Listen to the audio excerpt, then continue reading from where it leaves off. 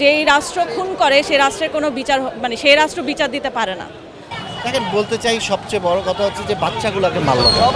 আমি তো একটা বাবা, আমার তো দুইটা সন্তান আছে। আমাদের সন্তানদের বুকে কেন গুলি চলবে? আমরা তো এখানে রাজনীতি করতে আসি নাই। আমরা আসলে একটা সুষ্ঠু মানবাধিকার অধিকার রক্ষার একটা সুষ্ঠু গণতান্ত্রিক বাংলাদেশ চাই। আর সবচেয়ে বড় কথা হচ্ছে যে এই গণহত্যা, হয়রানি, এই সব কিছুর বিচার চাই।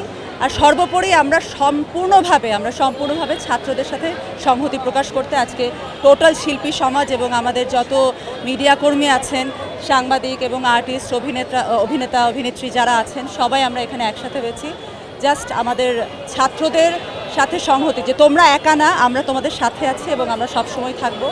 এরপরে আরও কর্মসূচি হবে এবং আমরা সবসময় এভাবে একসাথে একাত্মতা প্রকাশ করি। আসলে আমাদের এক হতে হবে, আদারওয়াইজ সম্ভব না। ধন্যবাদ। আমরা সংহতি জানাতে এসেছি বাচ্চাদের সাথে এবং আমরা আসলে কারো কাছে বিচার চাইতে আসি নাই।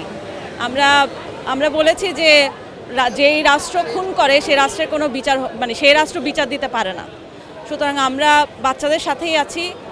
বাচ্চারা উল্টো, এবং অনেকেই বলেছেন যে আসলে উল্টোটা, বাচ্চারা আমাদের সাথে আছে, যেটা আমরা এতদিন করতে পারি নাই সেটাই ওরা করে দেখাচ্ছে এবং আমরা তার সাথে সাথে রাস্তায় থাকবো। এটাই বসেই ছিলাম, অপেক্ষা করেছি ওদের কবে বিবেকটা জাগ্রত হয়। ওদের বিবেক না, ওদের বিবেক মরে গেছে। তারপরে আমার সন্তান মারা যাবে, আমি মারা যাব, তা আমার জন্য কে বলবে?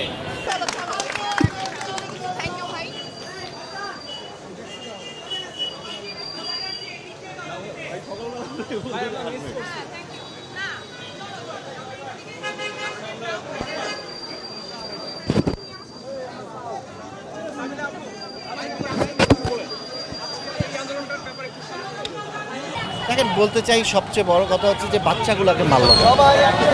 আমরা তো বাচ্চাগুলা তো একটা ন্যায্য দাবির জন্য আন্দোলন করছিল। এটাকে তো সুন্দরভাবে সমাধান করা যেত। যখন এটা সমাধানের পথে গেল ততক্ষণে তো অলরেডি রক্ত রাজপথে চলে আসছে। এরপরে যেই ম্যাসিভ রক্তপাতটা হলো, আমি তো একটা বাবা, আমার তো দুইটা সন্তান আছে।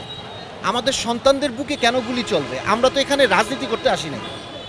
আর দেশের আমাদের যে দেশের স্থাপনাগুলোকে যারা করেছে তাদেরকে খুঁজে বের করে তাদের বিচার করুক, কিন্তু আমাদের বাচ্চাদের বুকে যারা গুলি চালিয়েছে সেটা যেই হোক, তাদের যাতে বিচার হয়।